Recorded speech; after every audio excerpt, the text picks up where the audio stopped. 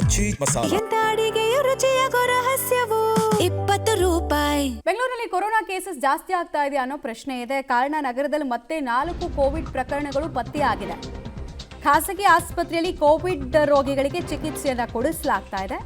4 ಪೈಕಿ ಒಬ್ಬರು ಟ್ರೀಟ್ಮೆಂಟ್ ಅನ್ನು ತಗೊಂಡು ಗುಣಮುಖರಾಗಿ ಕೋವಿಡ್ ನೆಗೆಟಿವ್ ಟೆಸ್ಟ್ ಮಾಡಿದ ಬಳಿಕ ಅವರನ್ನು ಆಸ್ಪತ್ರೆಯಿಂದ ಡಿಸ್ಚಾರ್ಜ್ ಮಾಡಲಾಗಿದೆ. ರಾಜಾಜಿನಗರದಲ್ಲಿ ಇನ್ನೂ ಕೂಡ 3 ಚಿಕಿತ್ಸೆ ಮುಂದುವರಿತಾ ಇದೆ. ನೋಡಿ, ಸಾಮಾನ್ಯವಾಗಿ ಜೂನ್ನ ನಂತರ ವೈರಸ್ಗಳು ಆಕ್ಟಿವ್ ಇರುತ್ತೆ. ಕಾರಣ ಮಳೆಗಾಲದ ಪ್ರಭಾವ ಅಂತ ಹೇಳಬಹುದು.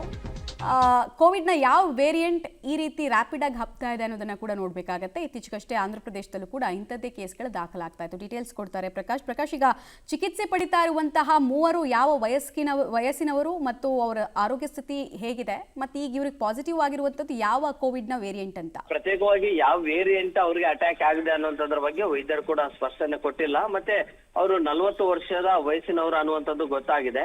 ಆರಂಭದಲ್ಲಿ 4 ಈ ಒಂದು ಕೋವಿಡ್ ಸೋಂಕು ತಗುಲಿತ್ತು. 4 ಪೈಕಿ 3 ಈಗ ಇನ್ನೂ ಕೂಡ ರಿಕವರಿ ಆಗಿಲ್ಲ. 4 ರಿಕವರಿ ಆಗಿದ್ದಾರೆ, ಅವರು ಡಿಸ್ಚಾರ್ಜ್ ಕೂಡ ಆಗಿದ್ದಾರೆ. ಇನ್ನು 3 ಆರೋಗ್ಯ ಸ್ಥಿತಿ ಏನಿದೆ ಅದು ನಿಧಾನಕ್ಕೆ ಚೇತರಿಕೆ ಹಂತದಲ್ಲಿ ಇದ್ದಾರೆ. ಆದ್ರೆ ಇನ್ನೂ ಕೂಡ ಸೋಂಕಿನಿಂದ ಹೊರ ಬಂದಿಲ್ಲ. ರಾಜಾಜಿನಗರದ ಖಾಸಗಿ ಆಸ್ಪತ್ರೆಯಲ್ಲಿ ಅವರಿಗೆ ಕಳೆದ 3-4 ದಿನಗಳಿಂದ ಕೂಡ ಚಿಕಿತ್ಸೆಯನ್ನ ಪಡಿತಾ ಇದ್ದಾರೆ.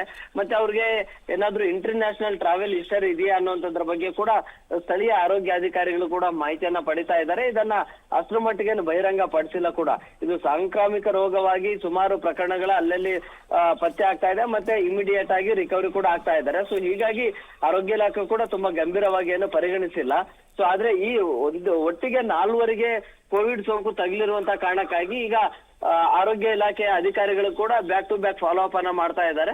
ಜೊತೆಗೆ ಅವರ ಟ್ರಾವೆಲ್ ಹಿಸ್ಟರಿಯನ್ನ ಕೆದಕುವಂತ ಪ್ರಯತ್ನವನ್ನು ಕೂಡ ಮಾಡ್ತಾ ಇದ್ದಾರೆ. ಮತ್ತೆ ಅವರ ಸಂಪರ್ಕದಲ್ಲಿದ್ದಂತವ್ರಿಗೆ ಯಾರಿಗಾದ್ರೂ ಸೋಂಕು ತಗುಲಿದೆಯಾ ಅನ್ನುವಂಥದ್ರ ಬಗ್ಗೆ ಕೂಡ ಅವರನ್ನು ಕೂಡ ಪರೀಕ್ಷೆಗೆ ಒಳಪಡಿಸೋದಕ್ಕೆ ಒಂದಿಷ್ಟು ವ್ಯವಸ್ಥೆಗಳನ್ನ ಕೂಡ ಮಾಡಿಕೊಂಡಿದ್ದಾರೆ. ಸದ್ಯಕ್ಕೆ ಆ 3 ನಿಧಾನಕ್ಕೆ ರಿಕವರಿ ಆಗ್ತಾ ಇದ್ದಾರೆ ಅನ್ನುವಂತ ಮಾಹಿತಿಯನ್ನ ವೈದ್ಯರು ಕೂಡ ನೀಡಿದ್ದಾರೆ. ಮಮತಾ, ಧನ್ಯವಾದ ತಮ್ಮ ಮಾಹಿತಿಗಾಗಿ.